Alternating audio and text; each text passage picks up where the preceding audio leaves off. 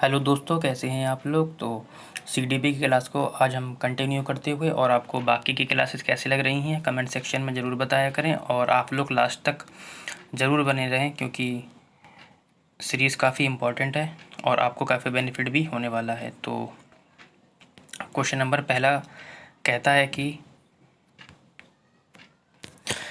कि विविध पृष्ठभूमियों के अधिगमकर्ताओं को संबोधित करने हेतु एक अध्यापक को क्या करना चाहिए।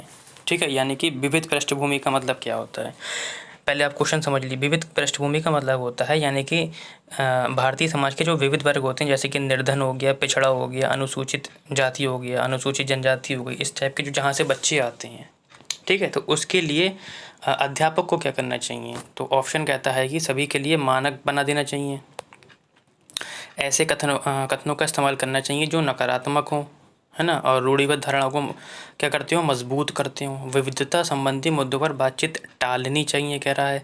विविध विन्यासों के उदाहरण लेने चाहिए। ठीक है, तो देखो अलग अलग जब वर्गों से बच्चे आ रहे हैं तो आपको क्या करना चाहिए। अगर एक आप मानक बना देंगे तो जो मानक से नीचे बच्चे होंगे उन्हें भी परेशानी होगी और जो मानक से ऊपर बच्चे होंगे उन्हें भी परेशानी होगी। तो मानक नहीं बनाना है। कह रहा है ऐसे कथनों का इस्तेमाल करना चाहिए जो नकारात्मक हो। भाई नकारात्मक कथनों का और रूढ़िबद्ध धारणाओं को मजबूत करे। भाई ऐसा नहीं होना चाहिए। छोटे बच्चों के सामने नकारात्मक जुमले नहीं बोलना चाहिए, है ना। कह रहा है कि विविधता संबंधी मुद्दों पर बातचीत करनी चाहिए और यहाँ पर कह रहा है कि टालनी चाहिए। ये भी ऑप्शन गलत हो गया। और डी ऑप्शन कहता है कि विविध विन्यासों की क्या करना चाहिए, उदाहरण देना चाहिए। ठीक है, क्यों देना चाहिए, जिससे कि एक अधिगमकर्ता को ध्यान में रखते हुए शिक्षण करना चाहिए तथा ऐसे अधिगमकर्ता को संबोधित करने के लिए क्या करना चाहिए, उदाहरण देना चाहिए। फिलहाल ऑप्शन नंबर हमारा हो गया डी। आगे बढ़ते हैं क्वेश्चन नंबर हम 2 की ओर। और क्वेश्चन नंबर 2 कहता है हमारा कि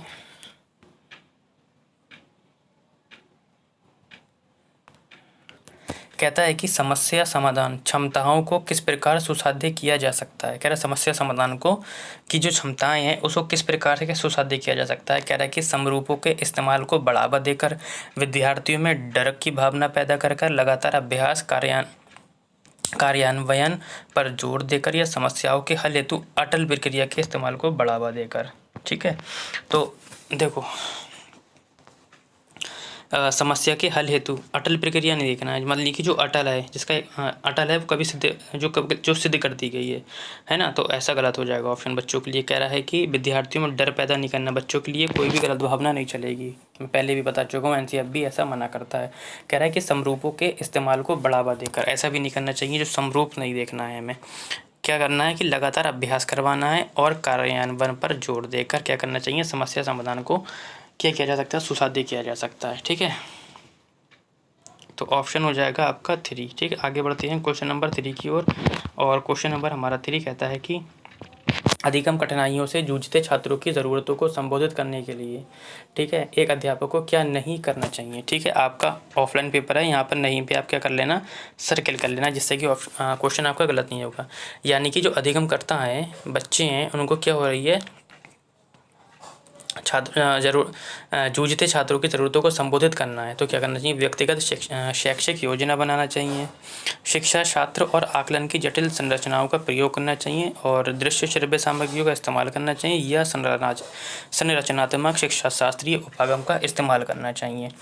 ठीक है, तो करना क्या चाहिए, क्या नहीं करना चाहिए। थोड़ा देखो, व्यक्तिगत शैक्षिक योजना बनाना, बिल्कुल हर व्यक्ति की एक शैक्षिक योजना होनी चाहिए क्योंकि हर बच्चा क्या होता है, अपने आप में 100% और अपने आप में अलग होता है। तो उसके इसलिए व्यक्तिगत बोला, इसलिए ये ऑप्शन ठीक है। हमें क्या करना चाहिए, दृश्य श्रव्य सामग्री को इस्तेमाल करना चाहिए, बिल्कुल करना चाहिए। संरचनात्मक शिक्षा शास्त्रीय उपागमों का इस्तेमाल करना चाहिए, बिल्कुल शिक्षा संरचनात्मक कौशल को हमें अपनाना चाहिए, शिक्षा शास्त्री को अपनाना चाहिए। लेकिन हमें क्या नहीं करना चाहिए, शिक्षा शास्त्र और आकलन की जटिल संरचनाओं का प्रयोग नहीं करना है। किसका, जटिल का प्रयोग नहीं करना है बच्चों के लिए, यानी कि ऑप्शन नंबर 2 हो जाएगा। आगे बढ़ते हैं क्वेश्चन नंबर 3 की ओर। और क्वेश्चन नंबर 3 सृजनात्मकता से संबंधित है। एक क्वेश्चन इसका भी आउट है। कहता है कि सृजनात्मकता की पहचान का प्रमुख लक्षण क्या है। अति सक्रियता है, कम परिज्ञानता या बोधगम्यता है, असतर्कता है या अपसारी चिंतन है। ठीक है, तो सृजनात्मकता में अपसारी चिंतन आता है आपका। ठीक है, क्या क्या आता है, अपसारी चिंतन आता है और क्या क्या आता है, जैसे कि रचनात्मक विचार आ जाते हैं आपके। क्या, रचनात्मक विचार हो गए आपके, है ना। और क्या हो गया, मैं बोल दे रहा हूँ, जैसे मौलिक चिंतन हो गया, दृढ़ भावनात्मक आदि, ये सब क्या आ जाते हैं, सृजनात्मकता के अंतर आ जाते हैं। ऑप्शन नंबर 4 हो जाएगा। आगे बढ़ते हैं क्वेश्चन नंबर 5 की ओर। और क्वेश्चन नंबर हमारा 5 कहता है कि निम्नलिखित में से अध्यापन अधिगम का सबसे प्रभावशाली माध्यम कौन सा है। कह रहा है बिना विश्लेषण के अवलोकन करना, अनुकरण नकल का दोहराना, विषय वस्तु को यंत्रवत याद करना या संकल्पनाओं के बीच संबंध खोजना। ठीक है, तो कह रहा है बिना विश्लेषण के अवलोकन करना। भाई बिना विश्लेषण के अवलोकन कैसे कर लोगे आप किसी चीज़ का, पहले विश्लेषण तो करोगे किसी चीज़ का, तभी तो उसका अवलोकन करोगे, यानी कि ये गलत हो गया। उसके बाद कहता है कि अनुकरण यानी कि नकल दोहराना बार बार, ऐसा भी मैंने बताया था कि बच्चा क्या नहीं, रट्टा नहीं मानना चाहिए। देखो यंत्रवत याद करना मैंने मना करा था कि सीटेट में यंत्रवत याद करना नहीं चलेगा। तो जो ऑप्शन बचा वो लिख दीजिए आप। जब तक आप लोगों को ऑप्शन काटना नहीं आएगा तब तक आप तक आंसर नहीं पहुँच पाएंगे। आंसर तक पहुँचने के लिए आंसर को आपको, जो गलत आंसर है उन्हें काटना पड़ेगा आपको, ठीक है। यानी कि ऑप्शन नंबर हो गया 4 आपका। आगे बढ़ते हैं क्वेश्चन नंबर 6 की ओर।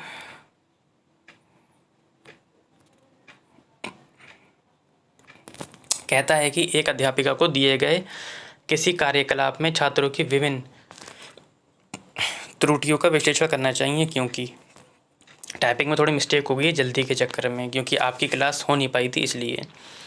कह रहा है कि इसके आधार पर वे ज़्यादा त्रुटियां करने वाले छात्रों को दूसरे छात्रों से अलग कर सकती है। अधिगम केवल त्रुटियों के शोधन पर निर्भर है। इसके आधार पर वे दंड की मात्रा निर्धारित कर सकती है या त्रुटियों की समझ अध्यापन अधिगम प्रक्रिया में अर्थपूर्ण होते हैं। मैंने आपको बताया था कि जो त्रुटियां होती हैं बच्चों का क्या होता है, अधिगम का त्रुटियां क्या होती हैं, ये अधिगम का क्या होती हैं, हिस्सा होती हैं। मैंने पहले भी बताया था त्रुटियां क्या होती हैं, अधिगम का हिस्सा होती हैं, ठीक है। तो गलतियों को गलत नहीं समझना है, ना ही बच्चों को मारना है। तो ऐसा ऑप्शन ढूंढ लीजिए जिसमें गलतियों को क्या दिया जा रहा है, अधिगम का हिस्सा माना जा रहा है। ऐसा ऑप्शन ढूंढ लीजिए आप लोग। कह रहा है कि इसके आधार पर वे ज़्यादा त्रुटियां करने वाले छात्रों को दूसरे छात्रों से अलग, छात्रों को एक छात्र से दूसरे छात्रों को अलग नहीं करना है। अधिगम केवल शब्द आ गया, काट दो। कह रहा है इसके आधार पर दंड की मात्रा निर्धारित, बच्चों को दंड नहीं देना है, ठीक है। तो बचा गया ऑप्शन 4, त्रुटियों की समझ अध्यापन अधिगम प्रक्रिया के लिए क्या है, अर्थपूर्ण है, ठीक है। यानी कि ऑप्शन नंबर हो गया 4। आगे बढ़ते हैं 7 की ओर। और क्वेश्चन नंबर हमारा 7, चौथा ऑप्शन कहाँ है, नीचे आ गया, ठीक है।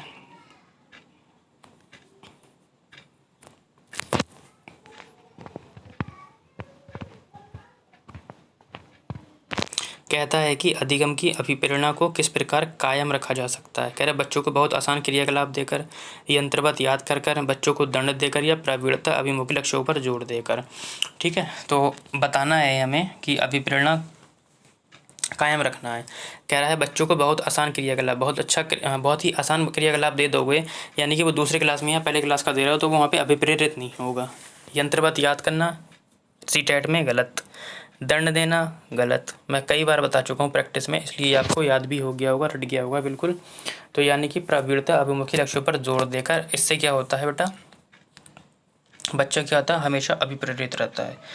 अच्छा, अभिप्रेरणा होती क्या है? अभिप्रेरणा वे शक्ति है जो किसी व्यक्ति को निश्चित उद्देश्य तक पहुंचने में क्या करती है, प्रोत्साहित करती है, हतोत्साहित नहीं करती है, ये याद रखना आप लोग।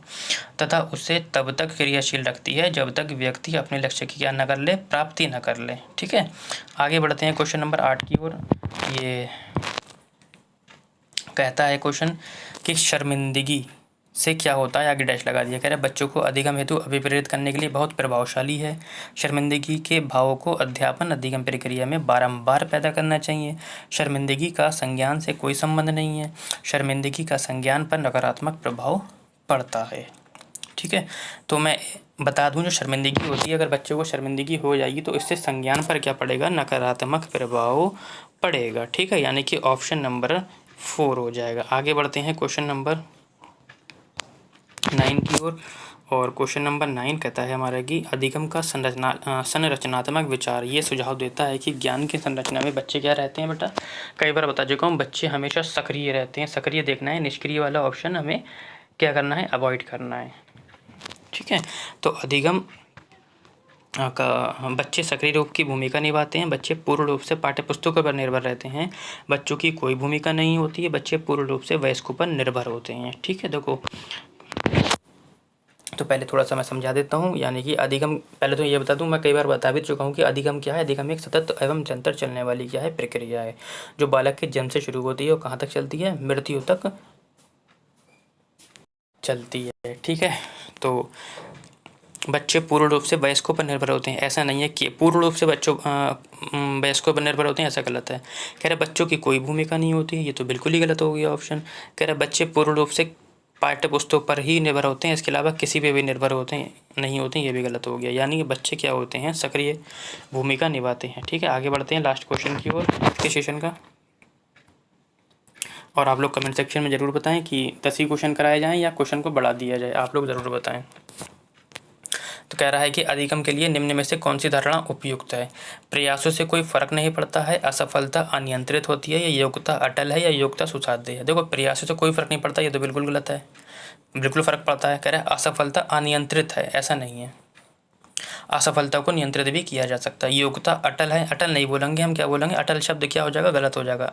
हम अटल की जगह बोलेंगे सुधार रहे हैं। योग्यता क्या है, सुधार रहे हैं, क्योंकि योग्यता से हम क्या होते हैं, आगे सुधरते हुए।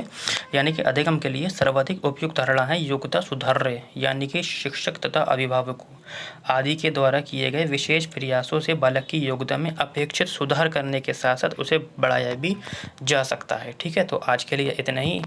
और आपको क्वेश्चन 30 चाहिए या 20 चाहिए, आप लोग कमेंट सेक्शन में ज़रूर बता दीजिए।